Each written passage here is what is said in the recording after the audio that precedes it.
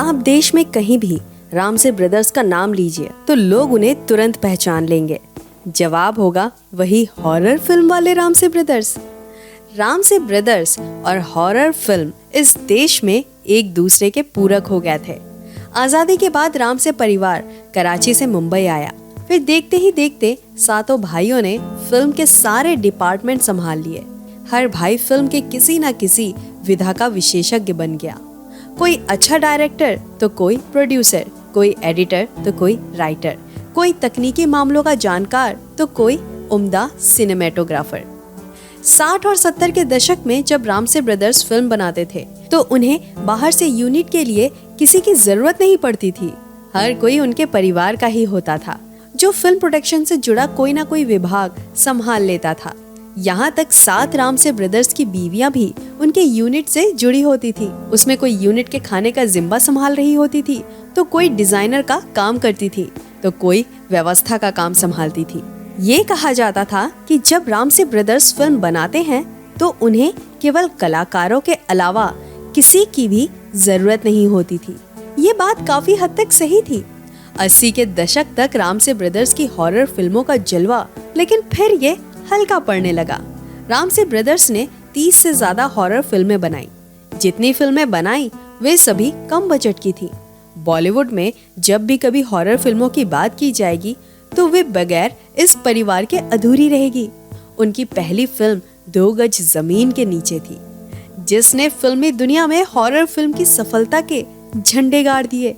ये फिल्म जब बनी तब कहा जाता था कि बॉलीवुड की कोई भी फिल्म 1 साल और 50 लाख रुपए से कम में नहीं बनती, लेकिन ये केवल 40 दिनों में 3.5 लाख रुपए में बनी। इस फिल्म में 45 लाख रुपए का फायदा कमाया।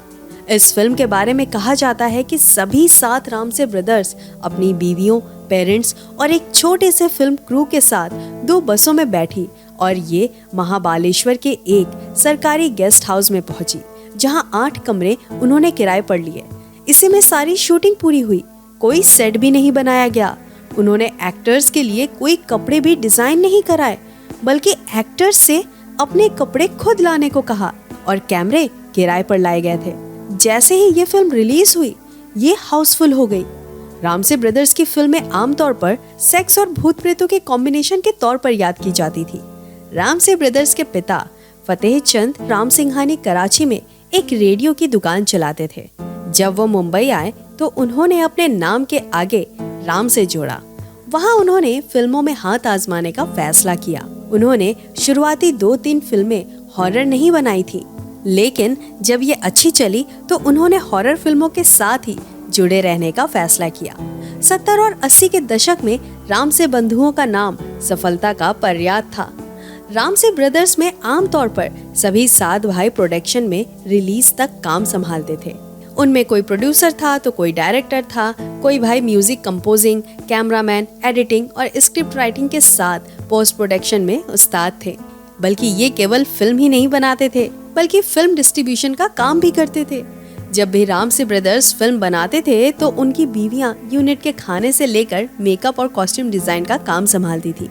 रामसे बंधुओं में तुलसी रामसे की मृत्यु 2-3 साल पहले हो गई थी, जबकि श्याम रामसे का निधन 18 सितंबर को हुआ। इसके अलावा रामसे बंधुओं में कुमार, केशु, किरण, गांगुली और अर्जुन रामसे भी शामिल हैं। अब तो रामसे ब्रदर्स की तीसरी और चौथी पीढ़ी भी आ गई है। दरअसल 90 के दशक के बाद रामसे ब्रदर्स का तिलिस्म टूटने लगा और उनकी फिल्में फ्लॉप होने लगी। 1990 में लोगों का रुझान कम होने की वजह से उन्होंने बी ग्रेड की कई हॉरर फिल्में बनाई। अब नई तकनीक और बदले रुझान के साथ इंटरनेट पर फिल्मों के प्रसार के बाद उनकी फिल्मों का बाजार खत्म हो गया। रामसे ब्रदर्स का ग्राउंड फ्लोर ऑफिस पिछले 18 सालों से कई ज्यादा समय से बंद पड़ा है। फिर भी हम मान सकते हैं कि हिंदी हॉरर फिल्मों का अकेला शहंशाह घराना रामसे ब्रदर्स ही है।